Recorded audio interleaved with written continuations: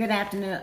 Good afternoon, fam. It's your girl, Miss Diva Trucker, and I'm coming to you today because I wanted to do this video to start off my series of how to form your trucking business, your business that you're doing, and also to do it, set up your business correctly. And I just want to let you know some of the things that I've done to get my business set up and how you progress to make sure that you don't get in any kind of trouble as far as, taxes at the end of the year and things like that. Let me go on record and say right now that I am not giving you any kind of tax advice or anything like that. You need to really speak to a CPA if you have any questions about taxes or things like that. So what I am going to go over is the beginning part of your business. When you decide, especially in the trucking industry, they have a lot of lease purchase opportunities, a lot of ways that you can go buy your truck and have trucks in the industry. And a lot of times we don't set up our business correctly. So it helps you when you set it up correctly. Okay. So the first part of the series, number one, is you got to have a name for your company, right? You got to know when you are, even if you're leasing a truck, getting a 1099, you're considered what is called an independent contractor. So you got to keep your own records. You got to keep your own expenses and things like that. And it's very important. Just because you're leased onto a carrier doesn't mean that you don't have to keep your records for your business, okay? So the first thing that you do, say I'm getting in the trucking industry, right? Yay, getting in the trucking industry. And I want to be a lease operator, right? I want to be a lease operator. I want to work to own my own truck or lease my own truck or whatever the case may be. What do I do? How do I get this all started? Okay, if you go to the company, they're going to give you your keys to the brand new truck, maybe no money down, no down payment, nothing like that. You just got your license and you're out of there, right?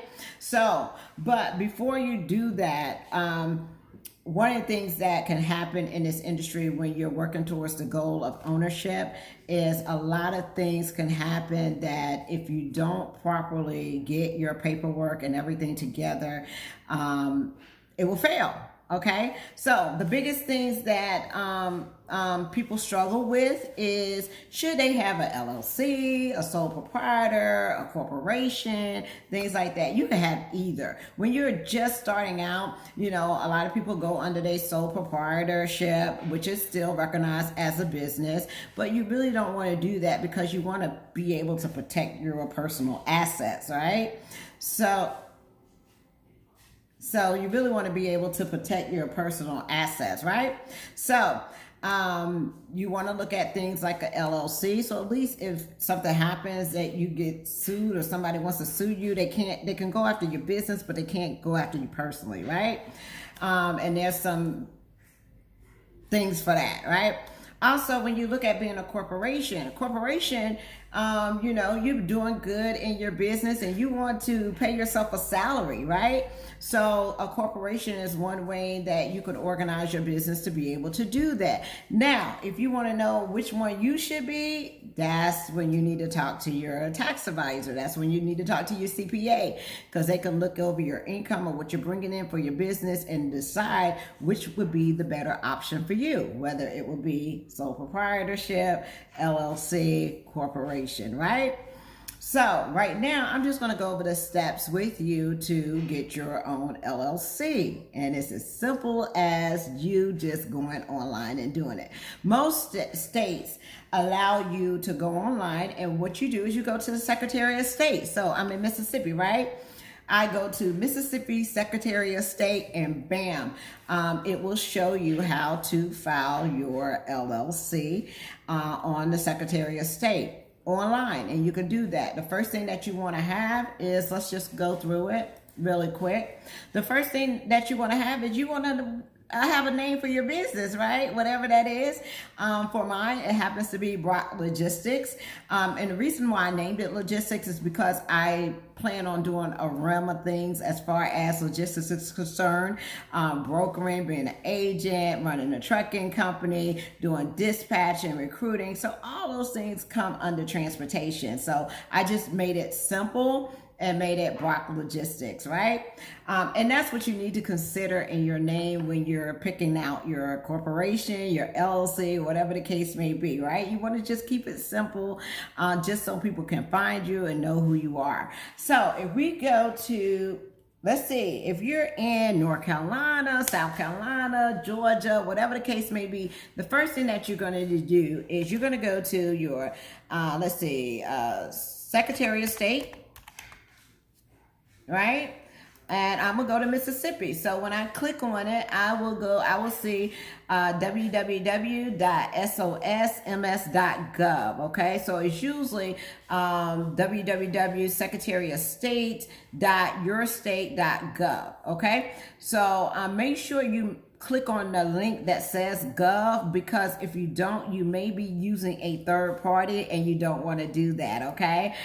Because third parties have extra fees and things like that. So the thing that I will go to next is what is called online services, right? So then it will say you can file your business documents. You could do all kinds of things on being online. But one of the things that it tells you that you can do is you can do your LLC, right? Give me 1 second. Let me see where it is.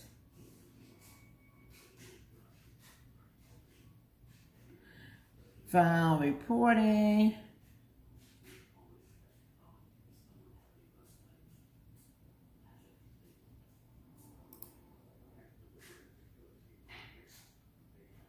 But it will let you do your LLC online. So you just go to file your, do your LLC, and it's going to ask you for your business name. It's going to ask you for your, let's see, business formation.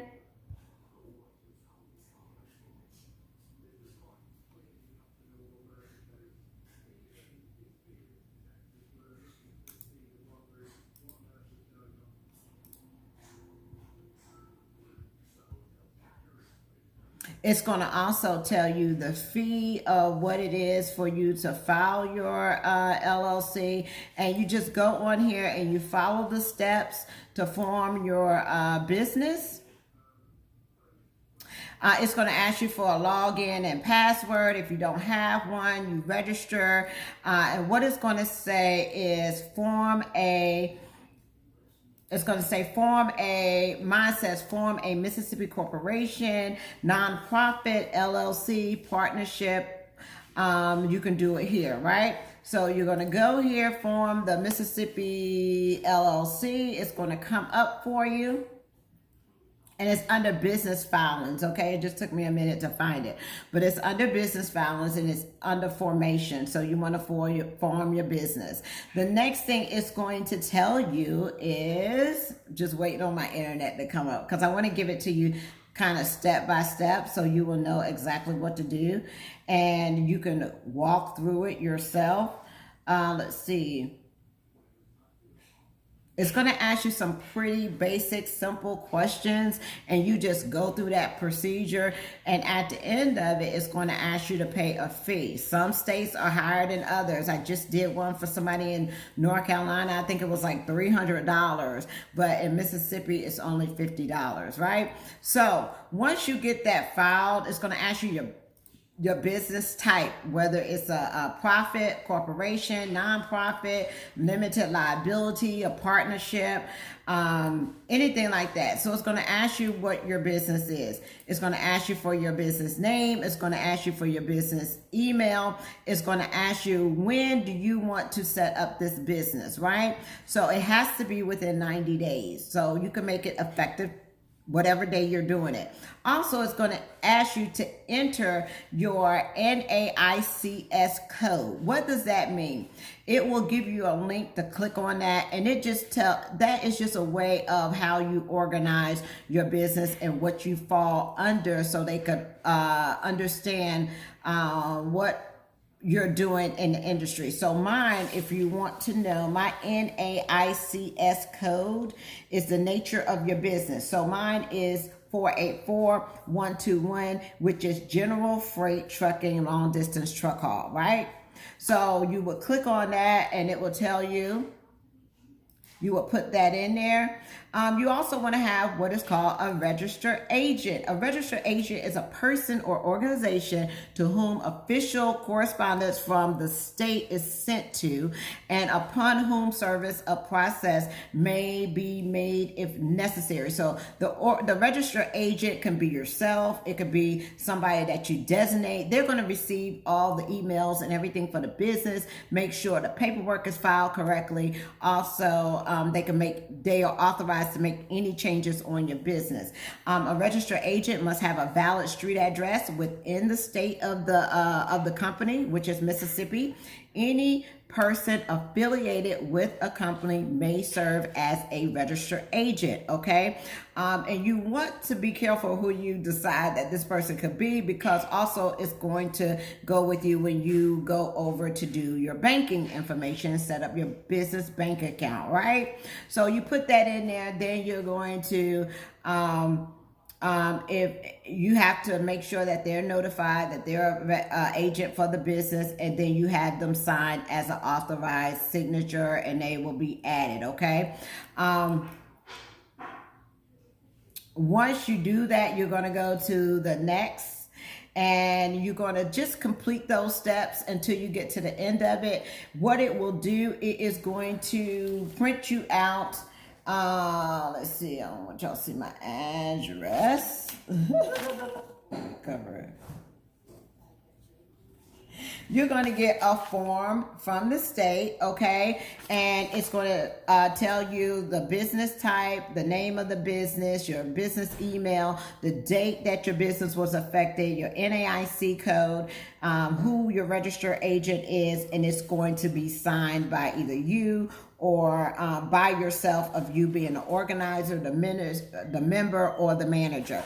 Okay, you're going to also print out one of these. Okay, it will be emailed to you so you can print out, and you want to take both of these forms to your bank. All right. So right now we're just talking about forming the LLC, getting your business started, things like that. That's the first step. So was that easy? Within 15 minutes, you done got your LLC, corporation, or whatever the case may be. You do not have to pay a lot of money. You don't have to get anybody to do this for you. I've been doing it for a couple of people that, really just don't have the time. They want it all to be together and things like that. But you could actually do this yourself. So now you're in business. Now, one way that you can lose your LLC, or it's not active, or whatever the case may be, is if you don't file your Form 941. If you don't know what a Form 941 is, you can easily look it up by the irs.gov, and it's for withholding of taxes for your employees and things like that. IRS want to make sure that you're self-employed, so all this money is coming to you, and they want to make sure that you pay your employees or whoever you have correctly on the Social Security, the Medicare, the tax information, all that kind of stuff. They want to hear from you quarterly, okay? Even if you don't have employees, they still want you to file that form. Now, if you're in a small business where you think that you will have a tax liability of maybe less than $1,000, and you really don't need to file a quarterly return, then you can ask the IRS to give you what is called a 944. 944. And what that 944 is, that just says, well, you know, I'm just getting started. I'm really not doing anything with my business, but I just want to make sure that I'm in compliant, and I probably won't owe any taxes, but just to make sure, I'm gonna file a 944, which is an annual where you do it only once a year, okay? But either way, you need to make sure that you file that form, even if you don't have employees, okay? Because the state is going to require you to file it. If you do not upload it and file it within a timely manner, guess what? All your money, your $50, your $300, or whatever it's going to, whatever it says, you're going to go and you're going to search for your business, and guess what? It's going to say inactive, right?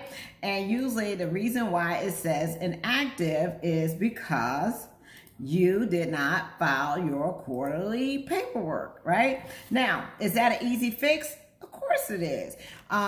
Of course it's an easy fix. All you have to do is go in and update and file your forms for the time that is needed. And you also got to register with your state as well, okay? You can't just let the federal know what you're doing and don't let the state. So you want to register with your state as well. Make sure that you get a state number, and then it will show that it will say that your business is dissolved. You don't want to say that your business is dissolved because you need that date, right? So you may not do anything with your business for 2 years or whatever the case may be, but you want to have that creation date because some companies may require you to be in business for 2 years before they will allow you to have any type of credit, right? So once you do that, you want to make sure that your status says good standing.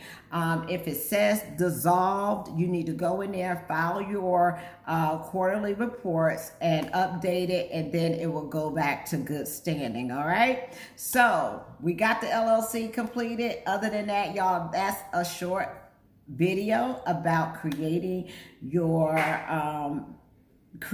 your business as far as being an LLC or corporation or whatever the case may be. Video 1, how to do your LLC. Real simple. Everybody can do this, right? We all in trucking. We all can do this. So we're going to make this happen. Step 2, the next video that you'll see is going to be talking about we're going